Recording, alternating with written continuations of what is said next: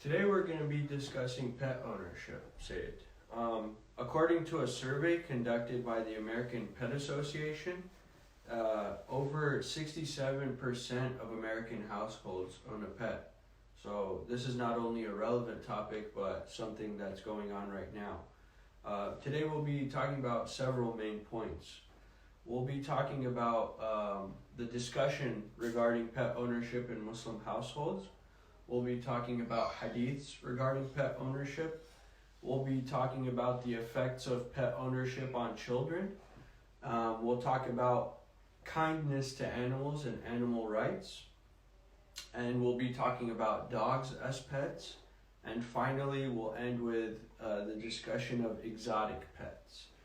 So let's start off, Sayed, by talking about the first point here. What do you think of when it comes to the discussion of having pets in Muslim households? How do you think it starts off? أعوذ بالله من الشيطان الرجيم بسم الله الرحمن الرحيم الحمد لله رب العالمين والصلاة والسلام على محمد وآله الطاهرين. I believe that, like you said, the numbers of individuals who own pets living in the United States is very high. More than half the American households, according to what you just told us, Right. have pets at home. So when kids go to school, growing up, they end up talking to their parents about having pets at home, owning pets at home. In fact, a lot of the questions that we got today of people DMing us, telling us that we want to have pets, especially dogs. Inshallah, we're going to be talking about that. Right. At home, is that allowed? Is that not allowed? Our kids are really, driving us crazy wanting pets. So I think it's a discussion that people end up having with their children early on, and parents usually will refuse. Right. That's just usually how it is with people in our community, I think.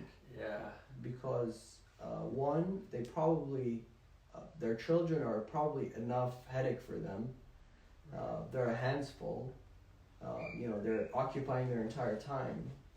So they really won't be able to make time for pets. Number two is probably lack of space. I mean, a lot of people don't have, they live in limited space in smaller homes, and it's just good enough for them to occupy them. And usually you feel very bad if you have an animal inside the house that's in a cage 24/7. Right. Further, I think, is people thinking of the expenses, right? Yeah, definitely. I have 3 kids, 4 kids, 5 kids, or even one, and I have to spend on them.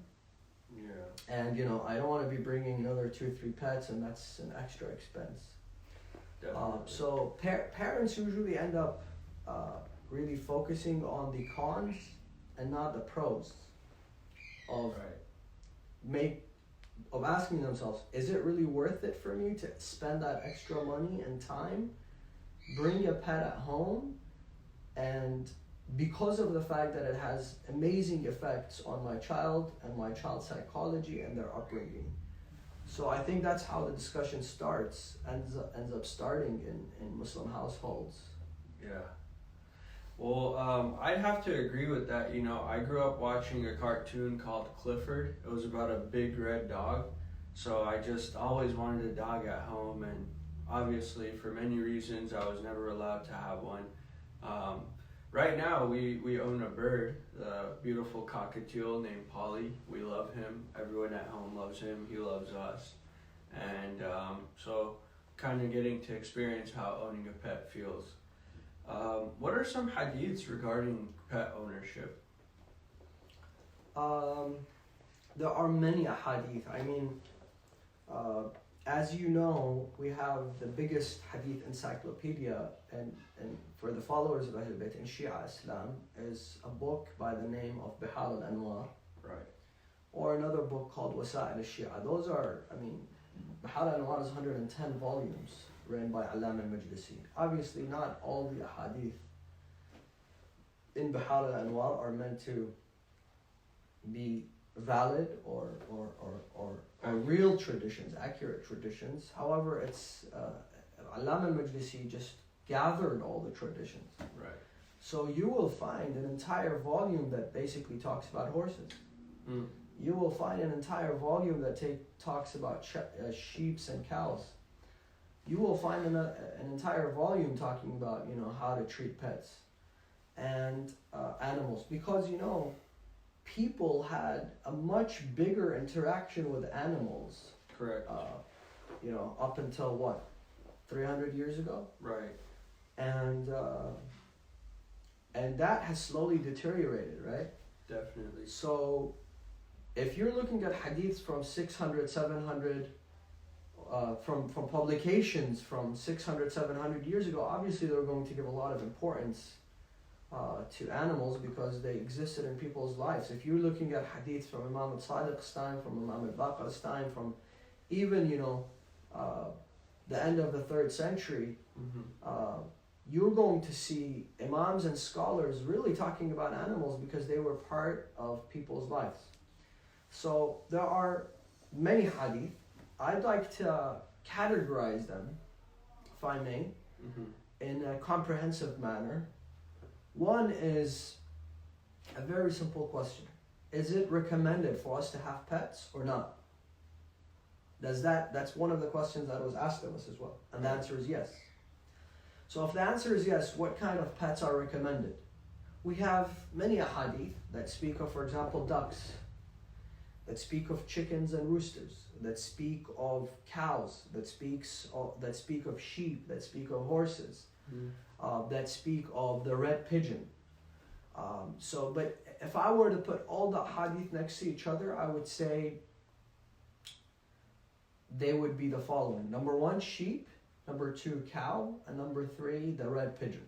Okay. But like I said, chickens and roosters, horses, ducks, those are all part of the pets that are recommended in Islam and owned by the Ahl al-Bayt. In fact, a person went to Imam Sadiq, I was just seeing this hadith yesterday, and he sees all those red pigeons and they seem like maybe they were disturbing the guy. So he tried to probably take them out of the room, and Imam Sadiq said, leave them, do not disturb them. إِنَّهُ يُؤْنِسُنِي. You know, those animals, being around those animals, it does not disturb me, you know. Gives him joy. It gives him joy. Yeah. Third category of a hadith that I would like to talk about is what kind of blessings do animals bring into our lives? Mm-hmm. That's from a hadith perspective. I will share my own personal experience and thought later on. But it says that those animals, for example, if you have a sheep, if you have cow, if you have chickens and roosters, then they bring barakah into your life. Ahadith are many that tell us if you spend on a pet, an animal that you own, it's as if you are spending sadaqah fi sabilillah. Wow. So a lot of people think that, you know, I'm going to be spending $100 a month, or, you know, if you have a lot of animals or you have animals that need special care, you may be spending $2,000 a month. And this is a decrease from my finances, and that is not the case, because Allah subhanahu wa ta'ala in the Holy Quran states, every dabba, every living creature on the face of this earth comes with their own rizq. That's how it is for people having children. You know, I have one child, I don't know if I can afford another one. I have two, I don't know if I can afford a third child. Allah says they come with their own rizq. You know, their barakah will enter your life immediately. We even have, for example, about female children, those who are, you know, girls born into the family, they even come with more rizq than boys. So animals serve the same way, and we have a hadith in regards to that. We will probably take a look at some of them later on. The other category of a hadith that I would like to talk about as well is, what are the benefits of having an animal? According to a hadith, It's that once we spend on those animals, once we care for them, they will repel evil from our family members. And if evil were to inflict anybody, they would be the barrier. Right. And that to me by itself is It's a form amazing. of insurance, basically. Islamic insurance or yeah. spiritual insurance or Insurance godly policy, insurance. yeah. Yeah. So those are some ahadith I wanted to share about owning pets. What are some good pets to own and whatnot, and Yeah. we can take a look at other points that we'll talk about. Amazing, insightful to hear about what infallible people had to say about owning pets or any subject for that matter. So that was really good insight. And animals were regarded as tools for a century, and just they began humans began domesticating them, and now they're part and parcel of our life, just like family members are. There's been research about the benefits of owning pets when it comes in relation with children. So there was a research done by Porsky and Hendricks. Those are two American psychologists in 1989. And it proved that pet ownership provided young children with many benefits, including tactile stimulation. So when they pet the animal, it feels good, it helps them with their sensation. When they watch the pet moving, it teaches them how to crawl and eventually walk. And most importantly, it teaches them about unconditional love and acceptance, because this animal looks at you and it doesn't judge you, it doesn't put you down. Our animals accept us for who we are. They love us unconditionally, and they're always going to be loyal to us. So this teaches the children that how they should interact with their family members, with other humans, and even animals as well. And it's proven to teach children, how to be gentle, how to be calm, how to be generous with what they have, feeding the animal, giving them toys, so on and so forth. And then one also amazing thing is obviously kids learn nonverbal cues better, because animals can't talk to you, but you could tell when they're sad or hungry, or so children will start to develop these the knowledge for nonverbal cues, looking at someone and just knowing, oh, they're sad, maybe I should comfort them. So tell us a little bit about what you think the benefits of owning pets are in relation to children or to people in general. Very good point. I think that I've read many articles about how interaction with animals helps a person's emotional and psychological state of being. Right. Meaning there are people who are suffering from depression, there are people who are suffering from loneliness, and for whatever reason, they are away from their families. They cannot, for example, keep in touch with their families. They have lost their families. And pets really come to their rescue. A pet changes their life. A pet takes them out of this dark state they're in. And a lot of psychologists actually recommend this for depressed people, anxiety. For people who have anxiety. So this is a proven form of therapy, spending time with animals. Usually it's dogs. I have read and I would like the brothers and sisters to search about the therapy that now they're doing with horses. Mm-hmm. Basically, just being there around them will change your state of being. Wow. And there are many articles, and I have read many articles about this issue. How does it affect a child though, and even adults? I mean, I was never able to spend time with animals until I realized their importance and how they can affect a person. And once I did, and I realized how beautiful this world was, I realized that, you know, sometimes you even prefer to spend time with your pets versus real human beings. Right. Because they're always honest. Mm-hmm. They're always kind.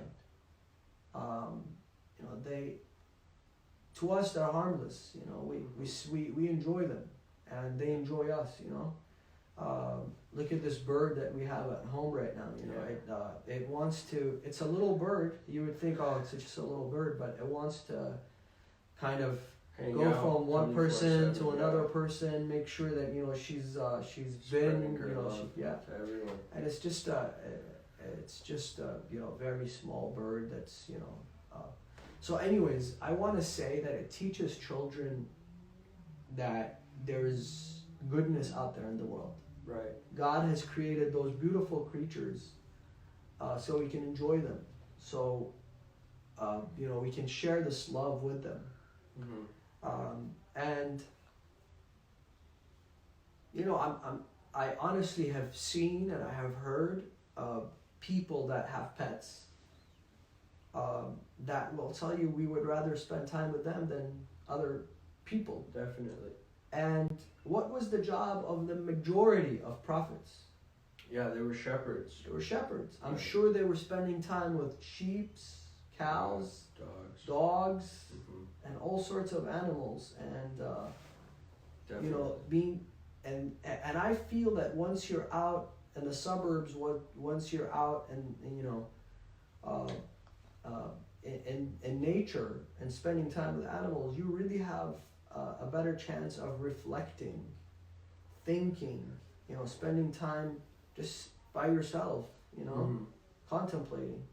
Yeah, that's, you know, we've been talking about the positives and of owning pets and talking about it in a positive light, but we do know that there's obviously problems like pet abuse, and that's an evil and vile thing.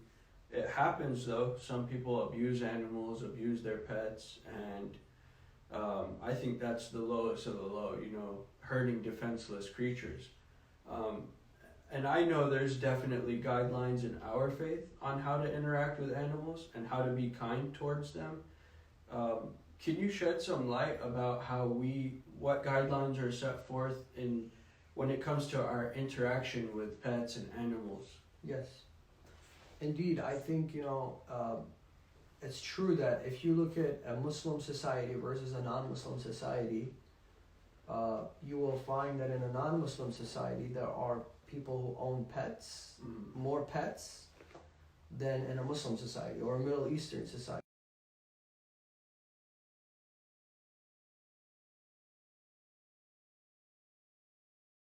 Those owners can be and how they abuse those animals, and you know how terrible they treat them.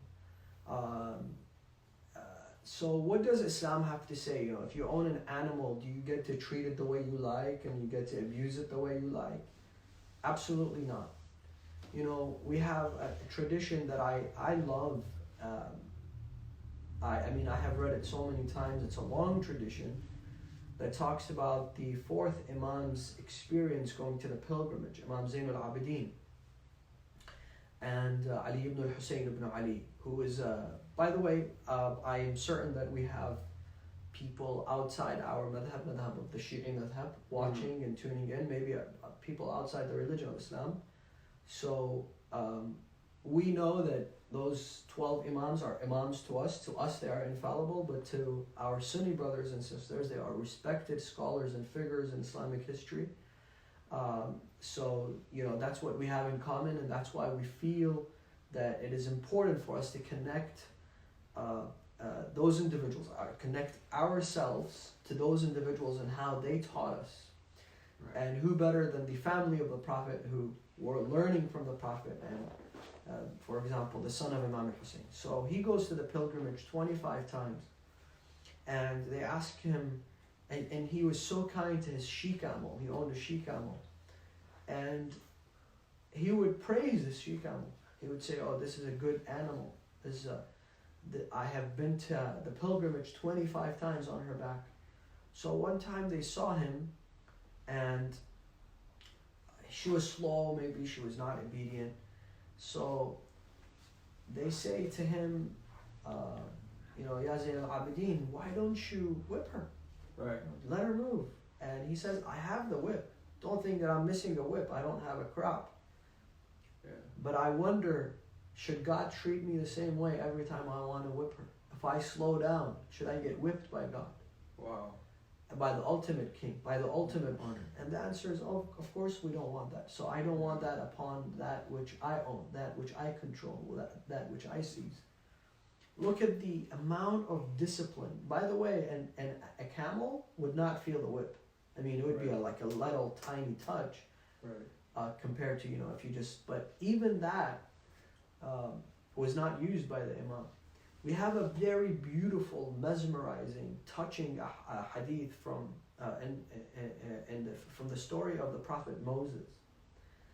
The Prophet Moses, when he went to meet with Allah in the 40 days, that's also mentioned in the Quran, he had a lot of discussions, right, with Allah. He spoke to Allah.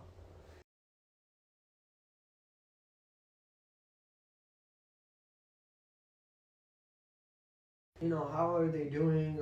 And God says they are in punishment. Wow. And Musa is very surprised, and he says, why would they be punished? They were amongst the very few people who believed in me. And God says, this person mistreated a cat. They trapped a cat for, it's a long hadith, I'll try to summarize it, until the cat starved to death. Wow. And they are being punished. That's what God said to Moses. And he asks then about a person who wasn't religious, wasn't a practicing believer in Moses. And God says they are enjoying, my bounties and my compassion and my mercy. And obviously Moses was surprised again. Right. How is this possible? And Allah says that because this person, in the middle of the night, on a rainy, cold day, saw a cat that was not able to move. Maybe she had, hurt herself. She was limping. She couldn't move. So this person basically took out their outer garment. Maybe they were wearing a coat or a jacket. Put this cat inside that garment. Took the cat home. Treated it. Took care of it. And you don't realize, but animals also pray. Definitely. And they are innocent, creatures. And we would be very it would be very unwise of us to think that their prayer is not accepted.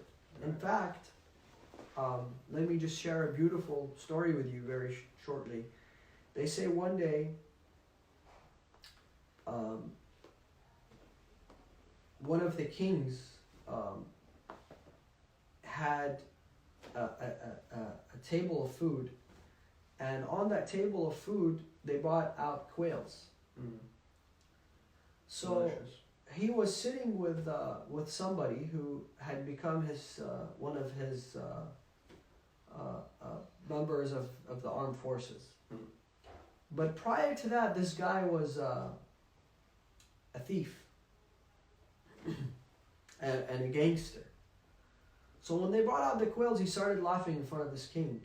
And the king said, why are you laughing? He said, because I remember one day I stopped a caravan.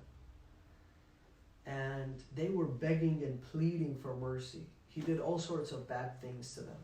And he said, in the end, before I killed the last person in the caravan and took everything that they had away from them, they looked at those quails that were walking.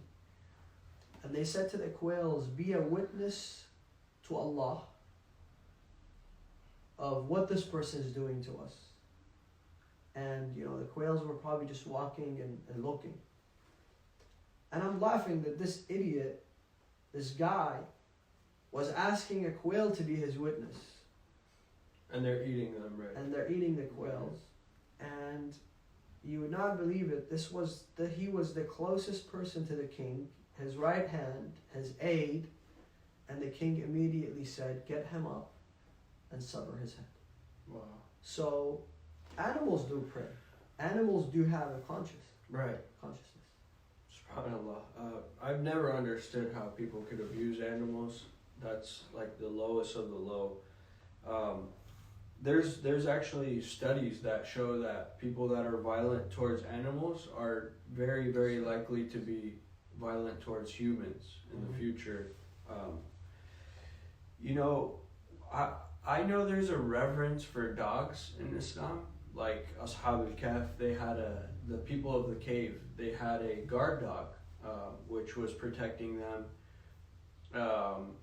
And many other stories that you're more knowledgeable in regards to. There's a very, very important question we want to ask today, and everyone has wanted to ask this question. Everyone wants to own a dog, and they might not be able to. And it's a polarizing question, right? There's people on two sides, yes or no, or in the middle. So when it comes to owning a dog as a pet, what's the rundown on that? So basically, the Holy Quran speaks of this animal, and let us look at the ayat, and then let us look at some hadith, and then we'll try to draw a conclusion. However, from a fiqhi perspective, from purely a fiqhi perspective, I will be discussing this issue in the contemporary Islamic law series, or a series dedicated to law, because this obviously is a show or a podcast that will be watched by family members, people who are not maybe as familiar with Islamic law, as familiar with how detailed examination works.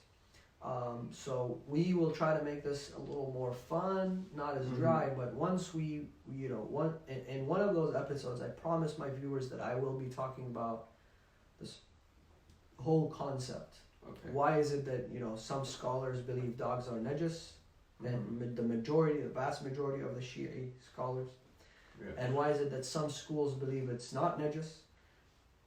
Within the Shi'i school of thought and the followers of Ahl al-Bayt, are there scholars that differentiate between dogs and them being najis or not? That's something that we will discuss, inshallah. So Allah subhanahu wa ta'ala in chapter 5, Surah Al-Ma'idah, verse number 4 says, يَسْأَلُونَكَ مَاذَا أُحِلَّ لَهُمْ قُلْ أُحِلَّ لَكُمُ الطَّيِّبَاتُ وَمَا عُلِّمْتُم مِّنَ الْجَوَارِحِ مُكَلِّبِينَ تُعَلِّمُوهُنَّ. Allah subhanahu wa ta'ala says, amongst the food that you're allowed to consume is the food that you hunt.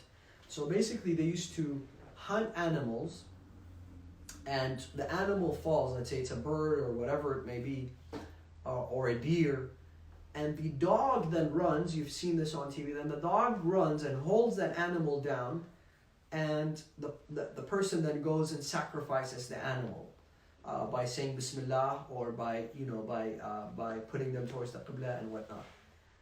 And Allah subhanahu wa ta'ala then allows them to consume the ones that died before the person arrived. So that the dog is holding this animal, and you get there and the animal's dead. Let's say it's a bird. You say Bismillah and you shoot this bird or you shoot this animal, and by the time you get there, it's dead. This dog is holding it down. So Allah here recognizes the dog being an aid in hunting for human beings. By the way, let me tell you this. Hunting in Islam is haram and it's forbidden. You cannot hunt or kill animals for pleasure like they do in the West. Going out hunting, killing animals and not eating them. We are only allowed to hunt as much as we eat, as much as we need in our diet. So if we need, for example, 2 fish, that's how much we have to fish. If we need 1 sheep for the next 2 months, that's how much sheep we can kill. And similarly, inshallah, we will be talking about that in a later discussion, that can we consume animals all the time? Can we keep on slaughtering animals and eating them? And the answer is no. Inshallah, we'll speak about that in another episode. So here, the mufassirin, the scholars talk about a certain dog called al-kalb al-mu'allam, or كلب الصيد, the dog that has the learned dog, or the dog that follows instructions. So when they define this dog, they say it's a dog that, you know, when you tell it to come, it comes, go. When it sit, you know, it sits. You know, basically a dog that has been taught to behave around human beings. And this dog, this particular dog, has its own set of rules. And we will talk about that. And another ayah, in chapter 7, Surah Al-A'raf, verse 176, Allah subhanahu wa ta'ala says, مَثَلُهُ كَمَثَلِ الْكَلْبِ إِن تَحْمِلْ عَلَيْهِ يَلْهَثْ أَوْ تَتْرُكْهُ يَلْهَثْ. There, the example of some people, according to the Quran, the example of some people is like dogs. If you behave friendly towards them, they will keep on hurting you. They will keep on barking. If you are an enemy to them, they will keep on barking. This is an example that has been used in the Arabic language that we need to understand. It still does not put down this animal. What do I mean? The Quran is saying, you know how when dogs are happy they bark? But when they're sad, what do? They still bark. Yeah. When they are hungry, they bark. And when they are happy, they bark. Their bark is different. They act different. When they are angry and when they want to attack, they still bark, but there's different barking, obviously. So Allah has not really, belittling the animal, this animal that He has created, but Allah subhanahu wa ta'ala is belittling those people that whether you're good to them or bad to them, whether you're kind to them or you're not, then they still treat you bad. And obviously the most important verses that speak of dogs in the Holy Quran is chapter 18, Surah Al-Kahf, the cave. The dog is, I think, mentioned 3 times in Surah Al-Kahf, but I have chosen 18:18. وَتَحْسَبُهُمْ أَيْقَاظًا وَهُمْ رُقُودٌ وَنُقَلِّبُهُمْ. Allah speaks of the 7 sleepers of the cave and how their dog protected them, how their dog was their best friend, how their dog, basically, they took this dog with them that, they escaped the city and this dog went around with them and he protected them, and this dog's important role in their lives and in protecting them, that Allah subhanahu wa ta'ala would then mention the dog, وَكَلْبُهُمْ بَاسِطَ ذِرَاعَيْهِ بِالْوَصِيدِ. And their dog was the one that sat there protecting them the whole time while they were in the cave. Which is a praise, obviously, to this animal. Now we have, when it comes to the fiqhi perspective, let's talk about that a little bit. And obviously, like I said, we'll elaborate on that if we have fiqhi discussions. Is a dog najis or tahir? Some scholars say the dog itself, in its innate nature, is najis. Now, why is that, a downgrade to the... No. The blood in our veins is najis, but does that mean it's something bad? Other things that I don't want to mention now are also najis, right? From a human's body, but not all of them are bad, you know. So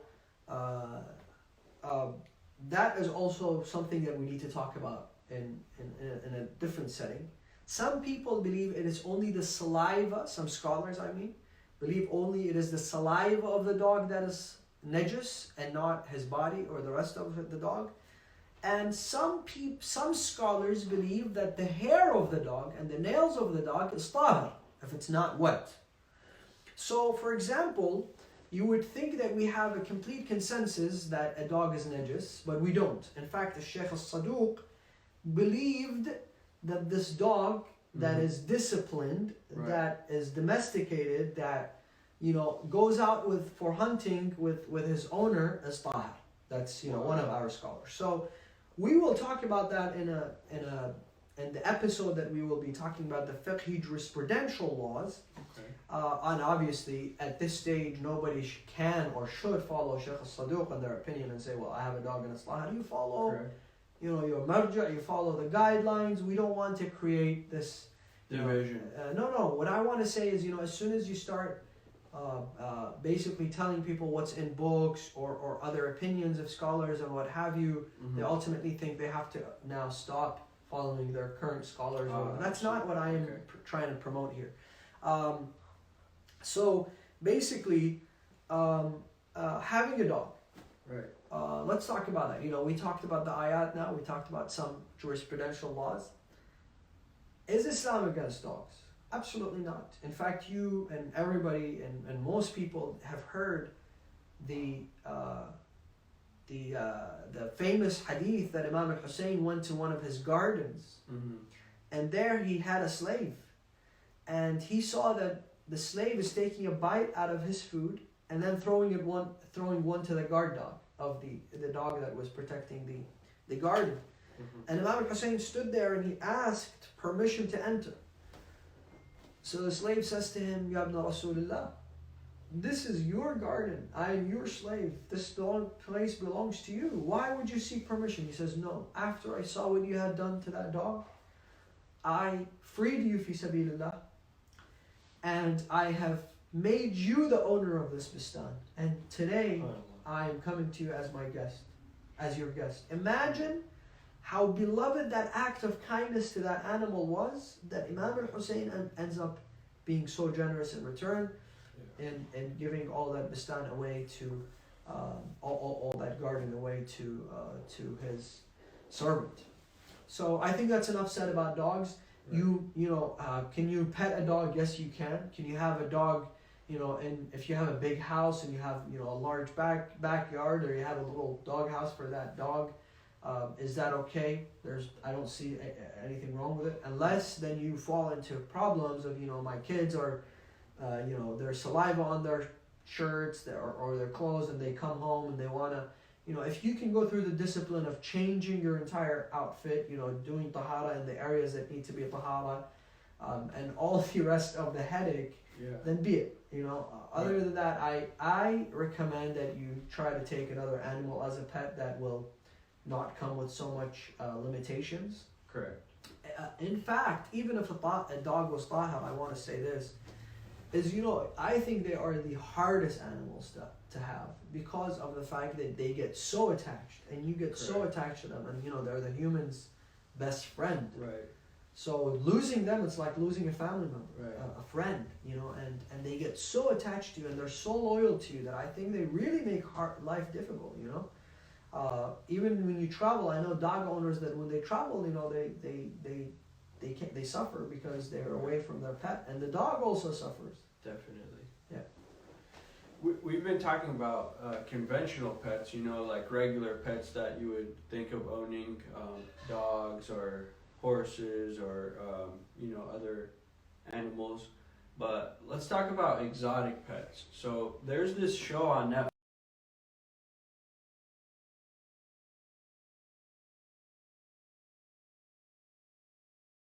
Hundreds and hundreds of tigers, and there's a crazy fact that I read on the BBC that says that there's more tigers living in the United States than in the wild, which is obviously Africa and other places where tigers are native to.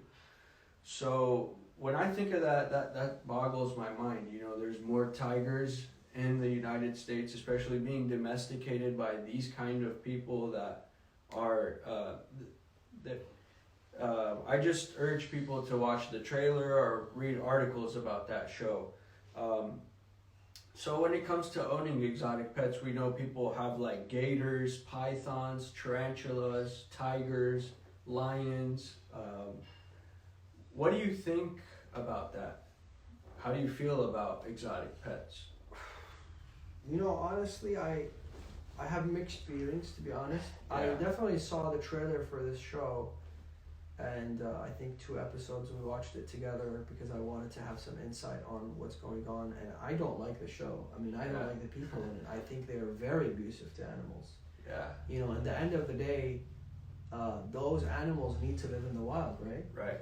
it's what, this is very selfish, and I don't even know how it's legal. Some things in America are legal that are mind-boggling. So it's actually easier to own a tiger in some states than owning a dog. There you go. So It's crazy.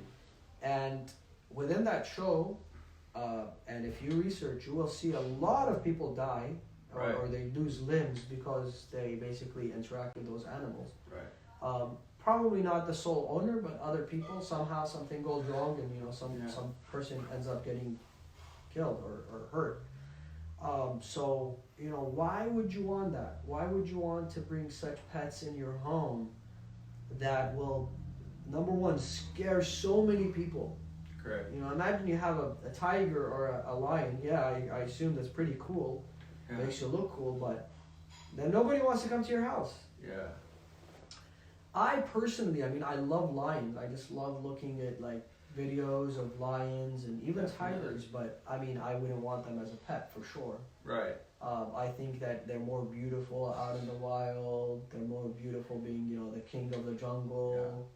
God put them there for a reason. Yeah. I don't think they should be domesticated. So I'm not sure if there's really anything cool about it when I really look at how, when you put the whole perspective with whole pieces of the puzzle, Right. I'm not sure if I find it cool anymore. Yeah, and it's probably not the right thing to do in Yeah. terms of maybe Islamically. I don't know. What's your favorite animal? Like, in general, not owning as a pet first, just generally, what's your favorite animal? What's your favorite animal?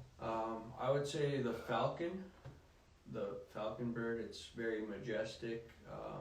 It's amazing. So there's these people that train them and they Yeah. hunt, they fly and hunt. I'd love to own one, probably not going to happen, but domesticated animal, probably dog or bird, parrot, cockatiel, things like that. My favorite animal, like I said, is the lion, but if I were to choose obviously, that's just an animal, and the Yeah. animal, he's the king of the jungle, so he's Right. got to be a lot of people's favorite. But my favorite animal is the horse. Okay. I love spending time with horses and just looking at horses. I think they're very majestic animals. They're blessed animals, Mhm. even in the religion of Islam. For example, we're going to be talking more about that in the episode where we talk about sports and living healthy. Mhm. But that's a sport that the religion of Islam, the Prophet Muhammad sallallahu alaihi wasallam, and the Imams emphasized on this. The team with man plus horse, and I think that that's something that we need to further read into those ahadith and into those traditions. For example, one of the most beautiful ahadith is from Amir al-Mu'mineen that says a horse has two prayers. Mhm. One in the morning that says, "Oh Allah, increase in the sustenance of my owner." The first dua of the animal, of the horse, is increase in the rizq of my owner. And the second is make me more beloved in the afternoon, make me more beloved to my owner. Oh, that's cute.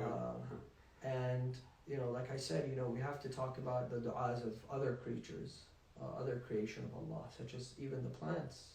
Right. They have their tasbih as well. They have their glorification of the Lord. And inshallah, we'll talk about all those things in another episode. We need to we do need to take some questions Yeah. Let's. that so- were